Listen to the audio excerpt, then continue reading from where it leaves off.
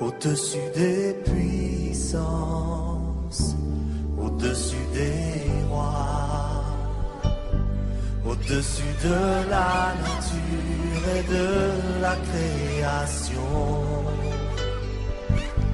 au-dessus de tout. Shalom, shalom, merci d'être fidèle à notre émission Femmes, lève-toi. Le thème aujourd'hui, la crise de la cinquantaine. Pour cette émission, je suis avec maman Isabelle Moalele qui n'est plus à présenter et maman Yvette Manumba qui nous vient de l'église de l'Alliance chrétienne et missionnaire du Gabon, église locale de Vendo-Port. Maman en haut, voilà, elle le précise. Maman Yvette est épouse de pasteur. La crise de la cinquantaine, c'est la vie. On va dire à cet âge, on observe beaucoup de changements chez l'homme et aussi chez la femme. Et comme cette émission consacrée à la famille et surtout elle est centrée sur la femme, nous avons jugé utile d'examiner les différents changements qui peuvent intervenir ou surprendre à 50 ans. Généralement, chez l'Africain, 50 ans, c'est l'âge de la sagesse. Maman Isabelle. Oui, chez l'Africain et partout ailleurs, on peut remarquer que 50 ans, c'est l'âge de la sagesse. Et lorsque nous ouvrons la parole de Dieu, il y a l'exemple d'une femme qui a traversé aussi cet âge. Et là, nous sommes avec la prophétesse Anne. Il est dit ici, il y avait Luc, autant pour moi, Luc, le chapitre 2, à partir du verset 35. Il est dit, et 36, il y avait aussi une prophétesse Anne, fille de Phanuel, de la tribu d'Azer. Elle était fort avancée en âge et elle avait vécu 7 ans avec son mari depuis sa virginité. Restée veuve et âgée de 84 ans, elle ne quittait pas le temple et elle servait Dieu nuit et jour dans le jeûne et dans la prière. Étant survenue elle aussi à cette même heure, elle louait Dieu et elle parlait de Jésus à tous ceux qui attendaient la délivrance d'Israël. Donc l'âge de la cinquantaine, c'est un âge qui va nous faire subir c'est à quoi nous étions habitués. Ça veut dire que notre priorité de la vie, si c'était comme nous voyons cette femme-là, elle était habituée à la prière et quand son mari l'a laissée, elle est restée dans ce travail. Tout était encore possible pour elle. Tout était possible. Elle ne s'est pas vue comme quelqu'un qui n'a plus rien à faire dans la vie. Je reste chez moi. En tout cas, tout est terminé. Elle est maintenant là comme nous voyons aujourd'hui. Ces mamans-là qui n'ont plus rien à faire. Mais c'est un âge qui l'a servi à rester vraiment assidu au connecté, temple, comme on dit, connecté au Seigneur, en train de louer le Seigneur pour l'arrivée de Jésus. Donc, c'est ce que je peux dire à l'ouverture de l'émission. Maman Yvette. Oui, âge de la sagesse. Au fait, pour que nous puissions demeurer dans cet âge de la sagesse, je crois qu'il y a quelqu'un qui est capable de nous amener à demeurer dans cette posture de sagesse. Mais tant que nous nous écartons de cet homme qui est Jésus, ce serait difficile de pouvoir vivre cet âge de la sagesse parce que dans la logique, à partir de 50 ans, l'homme ou la femme, nous sommes exposés à beaucoup de changements dans notre être. Et si Christ n'est pas au centre de notre vie, comme nous l'avons lu dans Luc, chapitre 2, le verset 36, si Anne, qui avait plus de 80 et quelques ans, est restée attachée dans cette sagesse parce qu'elle avait un objectif à atteindre, celui de voir le Messie et de rendre grâce, c'est parce qu'elle est restée accrochée à quelque chose de fiable. Et cette chose de fiable, c'était Dieu. Et si nous voulons demeurer dans cet âge de sagesse, comme nos parents nous ont toujours enseigné, qu'à un certain âge, on a vécu, arrivé à 50 ans, ou 40 ou 50 ans, c'est l'âge mûr où nous ne sommes plus censés prendre certaines décisions. Mais tant que nous sommes éloignés de cette personne qui est Christ, nous allons vivre certains changements qui nous amèneront à changer dans notre vie et dans tout ce que nous sommes censés faire. Oui, maman Yvette, mais il y a des personnes qui sont connectées à Christ et pourtant qui vivent aussi des difficultés. Par exemple, une femme qui a 50 ans, à un certain âge, elle va subir le départ des enfants, elle va se mettre à s'agiter, ou bien la présence des enfants d'un certain âge, parce qu'en Afrique, nous gardons nos enfants même de 40 ans, 50 ans, ce sont des familles élargies, c'est tout le monde qui est là. Et puis la bonne dame, à 50 ans, ça devient conflictuel.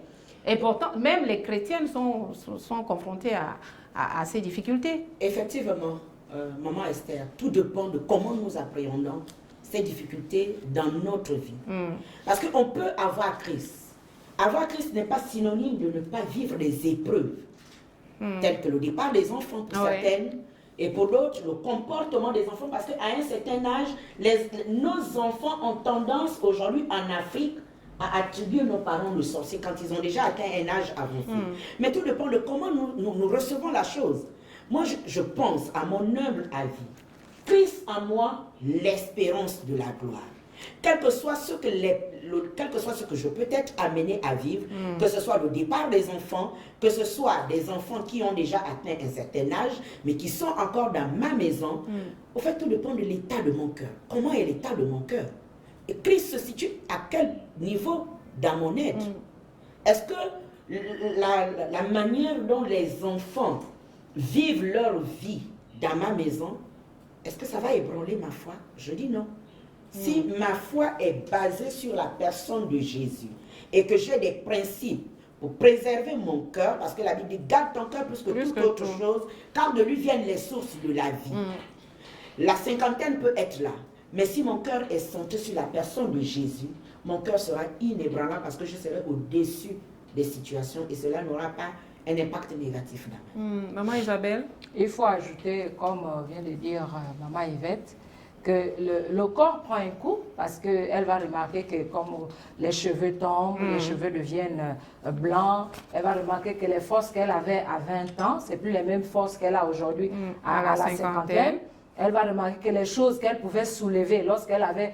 Et tout cela peut, à un certain moment, l'abattre, l'attrister, la déséquilibrer. Voilà, qu'est-ce que je deviens? La plus confiance en elle. Elle veut trouver vraiment un refuge quelque part. Qu'est-ce que je dois faire pour éviter ceci? Qu'est-ce que je ressens? Qu'est-ce qu'il m'arrive? Donc, elle cherche un réconfort. Elle cherche un réconfort. Et maintenant, qu'est-ce qu'il faut dire dans ceci? Et il faut dire que, en ce qui concerne le cœur ne vieillit pas. Ça veut dire que le corps peut prendre un coup, mais il faut comprendre que le cœur ne vieillit pas parce que c'est le centre de l'homme, c'est le centre de la réflexion, c'est le centre des décisions, c'est le centre de la conscience. Elle aura toujours sa réflexion, elle va réfléchir. Et le cœur, pour que ce cœur soit toujours rajeuni, ce cœur soit toujours en forme, c'est pourquoi maman Yvette venait de dire tout à l'heure qu'il faut être en contact avec la parole de Dieu. Et être en contact avec la parole de Dieu, c'est être en contact avec Jésus. Mais parfois... Oui, maman, vite. Non. Oui, parce que parfois aussi ces femmes, moi j'ai discuté avec certaines jeunes filles qui ont des belles mamans à partir d'un certain âge qui me disent, ben maman Esther, à la maison chez moi, je reste plus parce que ma belle-mère, elle appelle tous les matins pour savoir comment son fils a dormi. Ça, c'est un problème. Je crois que même une chrétienne peut faire face à cette difficulté. À une belle-mère qui est plus ou moins envahissante, qui appelle, mais c'est encore comme un conflit de génération. Oui, ça c'est encore le conflit de mais génération. Voilà. Alors, que faire? Est-ce que c'est parce que cette femme, elle n'a pas Christ? Est-ce que c'est parce qu'elle est attachée à son fils? Est-ce que c'est... Au fait, dans ça, nous devions comprendre une chose. Elle n'arrive plus à gérer ses émotions. Elle n'arrive plus à gérer ses émotions, ça c'est un. Et puis de deux, imaginez un temps soit peu que cette femme est une femme mariée à son époux depuis plusieurs années. Elle sent un relâchement sentimental et émotionnel du côté de son époux, qui aussi certainement est à la cinquantaine. Et pour essayer de se rattraper quelque part, elle préfère se rattraper en amour, bien sûr, du côté de ses De enfants. ses Dans des enfants. sentiments. Mais est-ce que c'est normal?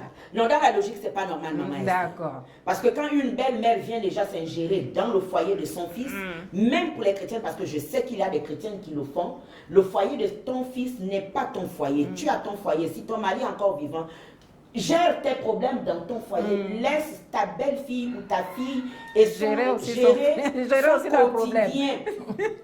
Mais très souvent, à la cinquantaine, au fait, on veut retrouver ce que nous avions déjà perdu ou ce que l'on était dans le passé. Quand j'étais à Quand 25 j'étais ans. à 25 ans, quand j'étais à 15 ans, au fait, ce que la personne était à 25 ans ou à 15 ans ou il y a 30 ans en arrière, elle veut imposer cela à sa belle-fille. Mais nous oublions aujourd'hui, nous les mamans, que les réalités ne sont plus les mêmes. Dans l'ancien temps, je voyais ma grand-mère dire, nous disait toujours ceci, nous avions été éduqués, on n'a pas... au fait, quand tu vas en mariage, la femme n'a pas le droit de dire non à son époux. Donc, les femmes d'avant étaient comme des bénis oui-oui. Même si elle avait... Mais c'est ce que, mais maman Yvette, c'est ce que la Bible dit quand même. Femmes, Oui. soyez soumises. Femmes, Donc, soyez c'est un soumises. peu béni, oui, oui aussi. Oui, ou bien non. selon le Seigneur. La soumission n'est pas synonyme d'être esclave ou quelqu'un qui devient comme une Qui bénie, accepte oui, tout. qui accepte tout, où tu n'as pas le droit de donner ton point de vue. Dieu nous a créés en tant qu'hommes libres et femmes libres. Si Christ ne nous force pas aujourd'hui à obéir à sa parole, cependant nous la lisons chaque jour, il nous donne le libre arbitre d'obéir ou de désobéir. La soumission De faire le choix. De faire le choix, exactement. Si Dieu nous laisse le choix, ce temps de faire, de choisir le bien et le mal, la soumission n'est pas quelque chose qu'on impose. Cela doit venir de notre homme intérieur. Donc la belle-mère ne La doit pas être belle-mère ne doit envahissante. pas être envahissante dans le foyer de son fils. Elle doit laisser sa fille ou son fils gérer son foyer et être en mesure de prendre des décisions, pas en fonction de son influence, mais en fonction de ce que Dieu décide du devenir de son foyer. Et comment amener cette femme-là, maman Isabelle, parce que là, maman Yvette est lancée, comment amener cette femme-là vraiment à couper le cordon ombilical? Même si ça a été fait à la maternité, mais la maman, elle a du mal, vraiment. Elle a du mal à se détacher. Vraiment, tous les matins, c'est comment tu as dormi? Est-ce que tu connais le repas préféré de mon fils? Est-ce que... Parce qu'elle voit toujours que son bébé, c'est toujours son bébé. Voilà. Elle ressent toujours que c'est le bébé qu'elle a apporté, surtout quand il est malade, il est un peu fiévreux, donc il faut prendre tout le temps les nouvelles, qu'est-ce qui se passe. Il faut faire le bain de vapeur. Est-ce Voilà, que tu as fait le bain de vapeur? Qu'est-ce que madame t'a préparé? Qu'est-ce qu'elle t'a fait? Elle veille sur la chemise de son enfant, elle veille sur le pantalon. Et ça va rendre mal à l'aise la belle-fille. Parce qu'elle ne peut pas accepter, elle veut également jouer son rôle d'épouse. Elle veut se responsabiliser en tant qu'épouse. Et ce que nous pouvons dire pour couper ce cordon ombilical, c'est difficile de le faire, mais la source, c'est la parole de Dieu. La source, c'est toujours la parole de Dieu. C'est là où l'homme doit tirer sa source d'existence. Dans la parole de Dieu, on montre comment la belle-mère doit se comporter vis-à-vis de sa belle-fille. Elle n'est pas là pour dire que c'est moi l'autorité du foyer. Non. Nous, en tant que parents, nous sommes là comme des conseillers. Parce que notre désir, c'est le bien-être du foyer de notre fils. Nous voulons être des conseillers. Nous donnons les conseils de sagesse pour la sauvegarde de ce foyer. Mais toi, la belle-mère qui te comporte comme ça, tu peux être la destruction du foyer de ton fils. Parce que si cette femme-là, elle se sent lésée, qu'elle quitte le foyer, ton fils aura tout perdu. Donc, il faut être une conseillère qui donne les mots de sagesse. Et la belle-fille aussi doit comprendre qu'à cet âge-là, vraiment, la belle-mère, elle a besoin d'être en confiance, elle a besoin de gens qui l'écoutent. Et si ce fils-là l'écoute, la respecte, il faut comprendre qu'elle sera toujours amenée à appeler son fils. Nous sommes donc dans la mauvaise gestion des émotions, des sentiments. Et tout ça, c'est aussi lié à la ménopause, maman Yvette. Parce qu'à un certain âge, même si la dame, elle paraît solide, quand elle se regarde, maman Isabelle l'avait déjà évoqué, elle se regarde dans une glace, elle commence à avoir les rides qui sortent. Et puis, les cheveux qui tombent. Suivez mon regard. Donc, à un moment donné, on s'est dit, mon Dieu, je suis en train de perdre. Et puis, voilà. Mais c'est aussi un âge, quand même. C'est pas la fin. La ménopause, c'est pas la fin. Non, la ménopause en elle-même n'est pas la fin de toute chose, voilà. On peut être une femme ménopausée et savoir comment gérer nos émotions, comment savoir gérer tout ce que la ménopause peut entraîner, que ce soit biologiquement, psychologiquement, et tout ce que cela entraîne. Parce que la ménopause n'est que l'arrêt de certaines choses dans le corps d'une femme. Mais la femme continue de vivre, d'exister en tant que femme. Même si les hormones qui nous permettaient de voir certaines choses ont disparu, mais en tant que femme, je reste telle que je suis. J'ai toutes mes capacités physiques, mentales et spirituelles. Mais cela ne doit pas m'amener à me laisser aller au changement physique, mental, émotionnel et tout ce que la ménopause peut entraîner. Tout est question d'équilibre. Voilà, effectivement. Oui. Mais l'équilibre commence par la compréhension. La compréhension et puis l'acceptation d'abord de soi-même. Tout à fait. Parce que quand on est déjà à l'âge de la ménopause, on se dit qu'on a perdu notre identité en tant que femme. Alors qu'il n'y a rien de perdu en tant que femme.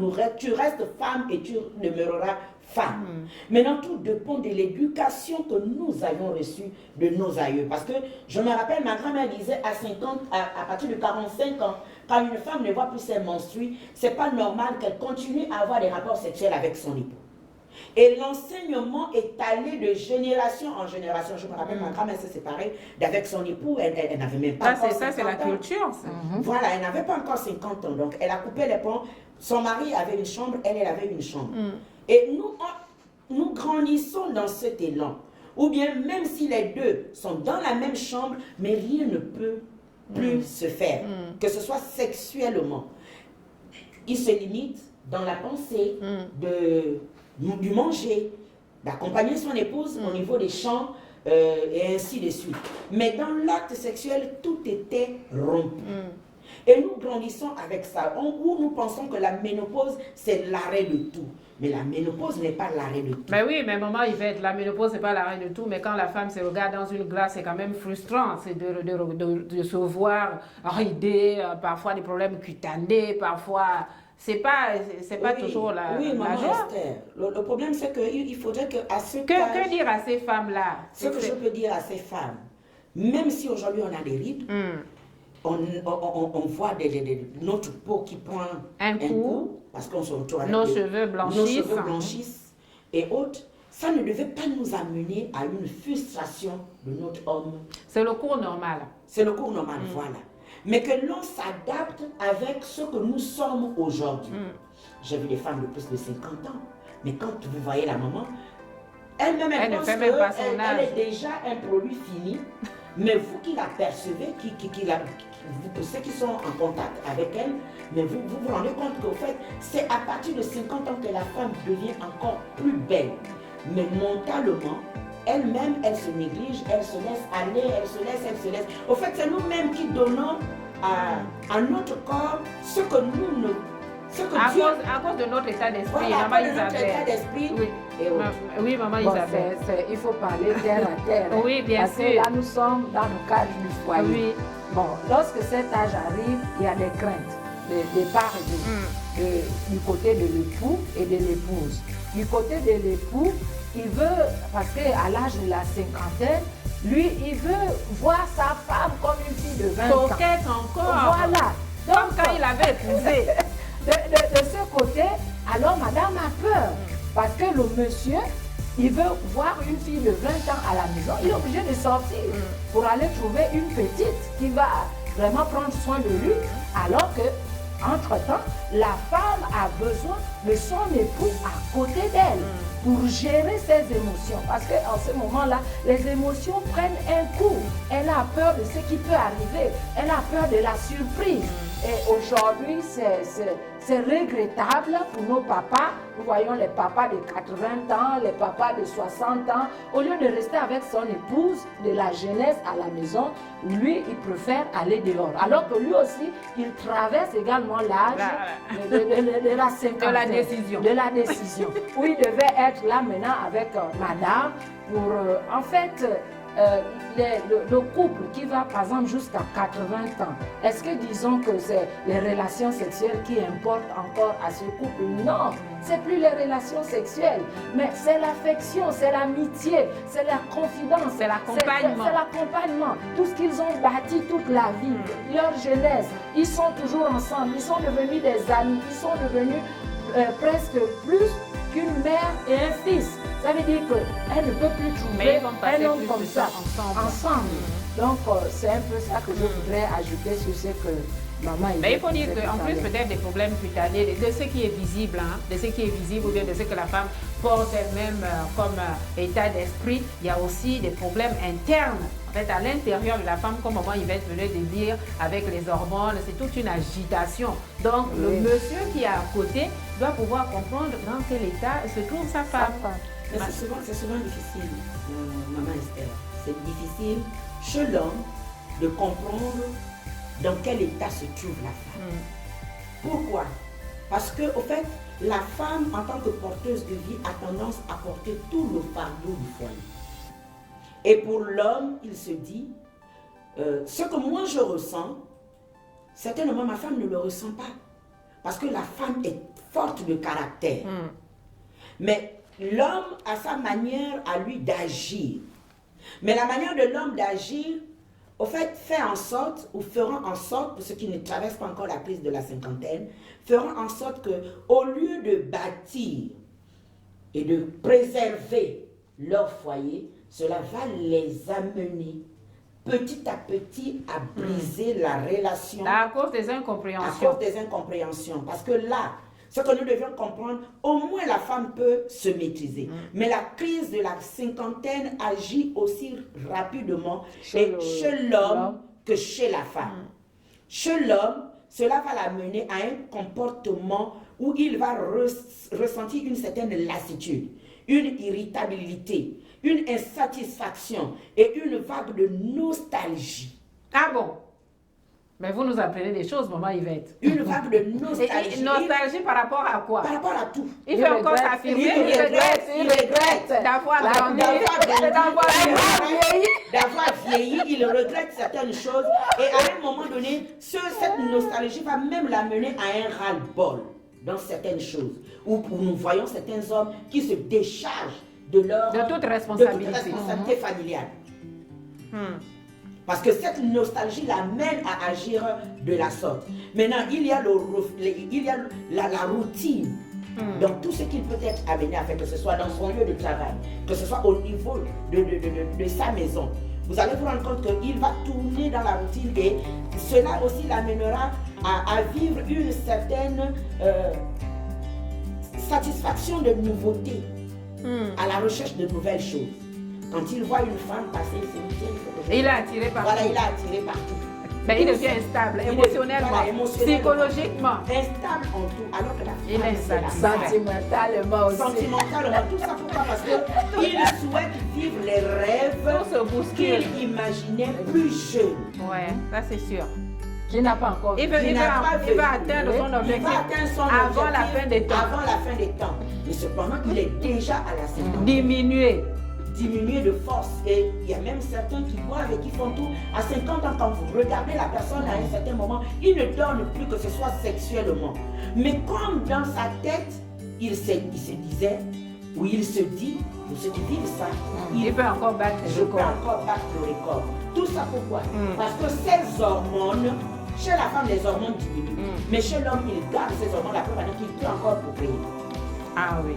La Il maman, peut faire maman encore des Isabelle, je crois que c'est maman Yvette qui nous enseigne la Il peut maintenant. encore faire des enfants. Chez l'homme qui a déjà la cinquantaine. Mais les enfants, maman Yvette, finalement, les enfants qu'il fait à cet âge-là, il va les garder pendant combien de temps à si ses c'est quelqu'un côtés? de retraité. Ils seront même fatigués. Je ne Mais sais pas d'où- scientifiquement, je crois que D'où, les maman enfants ne Esther, seront pas en bonne santé. Quand Je sais vous pas. voyez ces hommes, ce n'est pas des femmes de leur âge qu'ils prennent. Non, pas du tout. Ce C'est sont des des petits, jeunes, des les jeunes jeunes filles. enfants. 20 ans, 12 ans. Ouais. Voilà, non, le 13, 15, 16 15 ans. ans. La dernière marge d'âge, c'est 35 ans. Donc, Parce même que- si lui-même, il est déjà amorti, mais la femme prendra le relais de l'éducation de ses enfants.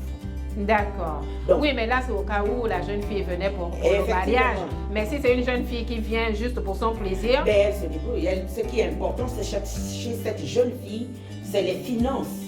oui, Ces hommes qui ont déjà la cinquantaine révolue et plus sont des financiers pour les sont jeunes des filles. financiers pour ces jeunes filles. Et quand vous les écoutez dans les salons de coiffure, parler de ces hommes de la cinquantaine, cela vous donne des frissons. Je suis avec eux juste à cause des finances. Mais j'ai mon junior qui m'entretient dehors. Quand je veux être secoué, je vais auprès de ces jeunes hommes pour être secoué. Et le plus gros problème aujourd'hui, c'est la femme de la maison. Qu'est-ce qu'on fait de la femme de ta jeunesse? Qu'est-ce que ces hommes font de la femme de leur jeunesse? Et quand ils rentrent, ils pensent que tout est rose dans sa vie. Mais il est en train de se détruire à petit feu sans pourtant. Mais le aussi de savoir. détruire la femme, maman, il Effectivement. parce Et que de ces détruire femmes-là, aussi après, les enfants. ben oui, les Toute la femmes, elles famille. deviennent malades, Effectivement. et les Ouais, enfants, voilà. Parce que quand la femme, maintenant, qui est l'homme qui est le pilier du foyer, mène une telle vie à la recherche de ce qu'il a vécu, ce qu'il Ou voulait ce qu'il n'a vivre, pas ce qu'il n'a pas pu faire de sa tendre enfance, c'est maintenant à 50 ans et plus qu'il veut le Mais faire. là, il court. Il court derrière un danger, de destruction et d'instabilité au niveau de sa famille. Ça, c'est une destruction massive. Parce qu'il va détruire et les enfants, et la femme, et les parents. Et tout ce qu'il a bâti toute sa vie, pensant que ce qu'il va trouver dehors, c'est Effectivement. éphémère, ça ne dure pas. Nous Parce que voyons. pour lui, il se dit, le D'accord. temps est court. Oui, il faut va racheter oui, le il temps. faut racheter le temps. Il faut tout faire. Mais c'est pour une parole racheter le biblique temps. aussi, maman Yvette. Oui, Quand mais- on dit qu'il faut racheter le temps. Pas dans le Maman, mauvais c'est pas sens. dans le mauvais sens. Maman Isabelle, Pas il dans faut le racheter mauvais le sens. temps. Racheter le temps, c'est pas racheter tout ce que l'on n'a pas pu accomplir dans le cadre des plaisirs sexuels ou bien d'autres plaisirs. Le monsieur, il n'a pas d'avoir- pu investir. Maintenant, Voilà. bientôt la retraite, bientôt la fin. Donc, Jésus mais- revient bientôt, Voilà. donc il doit C'est s'affirmer. peut-être dans ce sens-là qu'il faut racheter le temps. Je n'ai pas pu construire, maintenant je suis vers la fin. Je dois tout faire au moins pour laisser quelque chose à mes enfants. Mais racheter le temps, dans le cas de dire que non, je veux me livrer sexuellement pour essayer d'avoir les plaisirs que je n'ai pas eu avec ma femme, ça c'est pas racheter le temps, ça c'est tuer le temps. Nous avons des hommes qui sont morts au cours de l'acte sexuel. Ah oui. Nous en trouvons dans les hôtels parce qu'il ne peut plus avoir la même force qu'il avait. Donc, racheter le temps. c'est Quand pas il dans avait ce- 25 ans. Voilà. Et puis, C'est certains pas dans aujourd'hui, ce ils sont sens. obligés de prendre des stimulants. Voilà. Et ces stimulants ont des effets secondaires dans la santé après. Ouais. Et quand vous trouvez une jeune fille qui sait que vous êtes déjà amorti, que vous ne pouvez pas l'amener à atteindre son orgasme, mais elle te fait le soufflet et puis le reste chez elle fait sans changement. Donc même si vous mourrez au cours de votre soufflet, elle a son argent, vous restez à l'hôtel, eh bien, elle est partie. Mais voilà, j'espère que le message de maman Yvette sera entendu. Maman Isabelle, je me tourne vers vous. Face à toutes ces situations, et puis si c'est la femme qui est maintenant malade, parce que quand on est rejeté quelque part, ça crée des maladies, et le monsieur qui est aussi dans sa crise de la cinquantaine, qui ne sait plus qu'il a des responsabilités, que faire? Que faire? Nous l'avons dit tout à l'heure, nous l'avons souligné, c'est se tourner vers Dieu. Ouais, peut-être là où tu es en train de nous regarder là, tu te regardes et tu te dis, bon, je ne suis plus rien. Mais l'aspect que tu vois dans le miroir, c'est pas l'aspect Que Dieu fait, que Dieu, Dieu c'est pas te comme donne. ça que Dieu te voit. Dieu ne te voit pas comme ça. Le reflet du miroir n'est pas le reflet de Dieu pour toi. Ou bien le reflet des hommes autour de toi. C'est pas ça le reflet de Dieu pour toi. Dieu a un autre reflet qu'il présente de ta vie. Et ce reflet, tu le trouves dans la parole de Dieu. Et pour le trouver, c'est de passer par Jésus. Dire Jésus, j'ai besoin de toi. Regarde ce que je suis devenu. J'ai détruit ma famille, j'ai détruit mon épouse, mes enfants, j'ai détruit. Toutes ces années, je n'ai rien fait de ma vie. Je suis dans l'alcool, je suis dans l'ivrognerie. Qu'est-ce que je dois faire? Crie à Jésus. Et pendant ces quelques temps qui te restent, tu verras que l'espérance est possible avec Jésus. Voilà. Mesdames, Messieurs, c'est sur ces mots que cette émission prend fin. Nous voyons que certains d'entre nous sont restés sur leur faim. Donc, on reviendra certainement la semaine prochaine sur la crise de la cinquantaine, acte 2. Merci d'avoir été de nôtres. Que le Seigneur nous garde. D'ici là, portons-nous bien.